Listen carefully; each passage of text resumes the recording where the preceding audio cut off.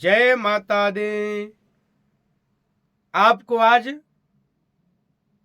बहुत ही खास जानकारी प्राप्त होने वाली है।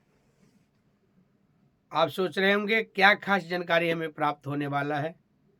तो आपको बहुत महत्वपूर्ण आज बात मैं बताने जा रहा हूं। आप बने रहे हमारे वीडियो में अंत तक, जिससे आपको दुर्लभ जानकारी प्राप्त होने वाला है। आज मैं बताऊंगा शादी में कितने फेरे होना चाहिए, शास्त्र का क्या मत है, शास्त्र क्या आदेश देता है, कितना फेरे हो। तो शास्त्र कहता है ये दोनों वर और कन्या शतम जीवेम शरदः। शतम जीवेम शरदः मतलब हो गया ये शादी जो हो रही है भगवान का आशीर्वाद है, पितरों का आशीर्वाद है और ऋषियों का आशीर्वाद है, ब्राह्मणों का आशीर्वाद है और ये सारी समाज का आशीर्वाद है। ध्रुव तारा को साक्षी मान करके शादी संपन्न हो रहा है। तो ये लोग शतम जीवेम शरदः 100 साल तक ये जीवित रहें, 100 साल तक ये जोड़ी बनी रहे और इनके बच्चे भी दीर्घ आयु हो, बच्चे भी तेजस्वी हो और उच्च विद्या प्राप्ति वाले हो। ये शास्त्र का नियम है और शास्त्र का वाक्य है और शास्त्र का ये आशीर्वाद है। जब फेरे होते हैं तो इसमें साकोचार होता है।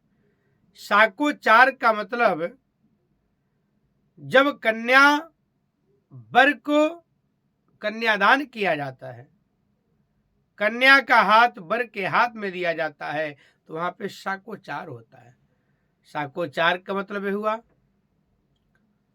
जो हमारे पूर्वज हैं, जो हमारे पितृ हैं, उनको मिलान करना, कन्या को वर पक्ष में मिलान करना और पितरों को वहां पे प्रार्थना करके पितरों से आग्रह किया जाता है, उनसे आज्ञा लिया जाता है, हे हमारे पितृ देवता आप लोग अपना विशेष आशीर्वाद बनाए, क्योंकि बिना पितरों के आशीर्वाद से कुछ भी संभव नहीं है।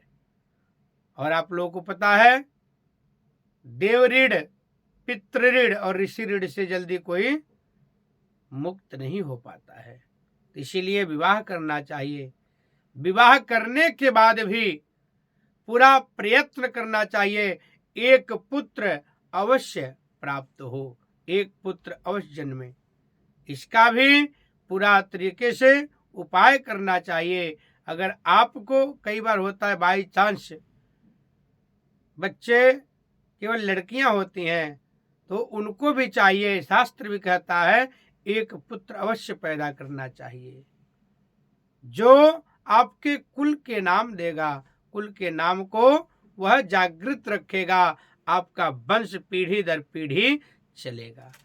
नहीं तो जिसके वंश में लड़की होती है उनका वंश वहीं, भले ही माना जाता है लड़का लड़की में कोई भेद नहीं है, दोनों एक समान है, लेकिन लड़की दूसरे कुल में चली जाती है और लड़का अपने कुल का बढ़ोतरी करता है, अपने कुल के चिराग को जलाए रखता है।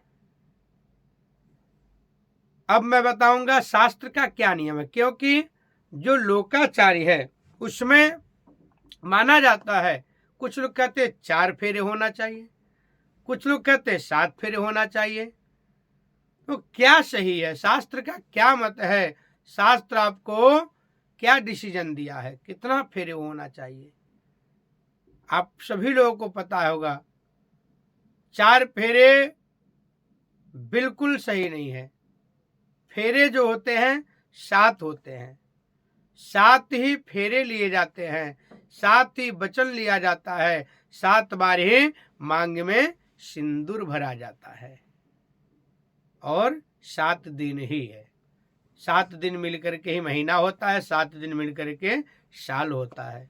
तो 7 फेरे घूमना चाहिए, जिसमें 4 में लड़की आगे होती है, 3 में लड़का आगे होता है। पहले नॉर्मल तरीके से 4 बार जब कन्या आगे रहती है तो आहुति पड़ता है, लज्जा आहुति बोला जाता है। और एक होता है बिना देखे हुए आहुति डाला जाता है।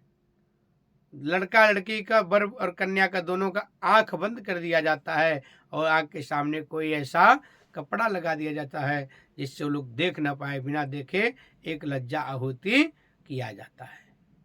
फिर आता है ओम भगाय स्वाहा।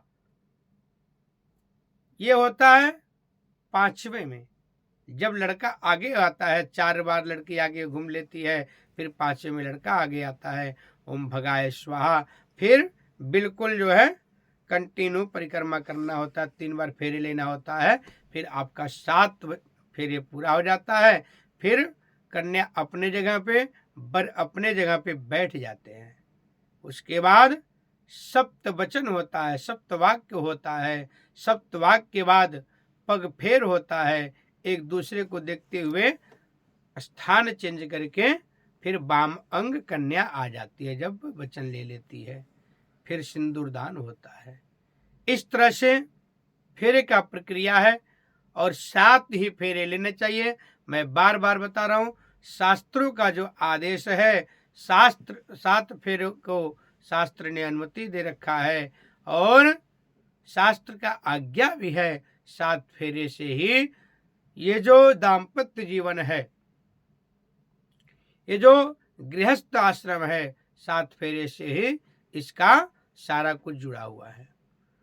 अगर आप लोगों को कुछ और भी जानकारी प्राप्त करना है या जैसे फेरे के लेकर के आज चर्चा हो रहा है, इसमें आप कुछ ज़्यादा डिटेल में जानकारी चाहते हैं तो आप जो है कमेंट के माध्यम से भी पूछ सकते हैं और नीचे दिए गए नंबर पे भी संपर्क करके जानकारी ले सकते हैं।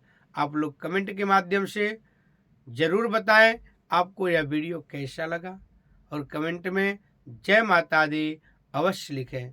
जय माता दी।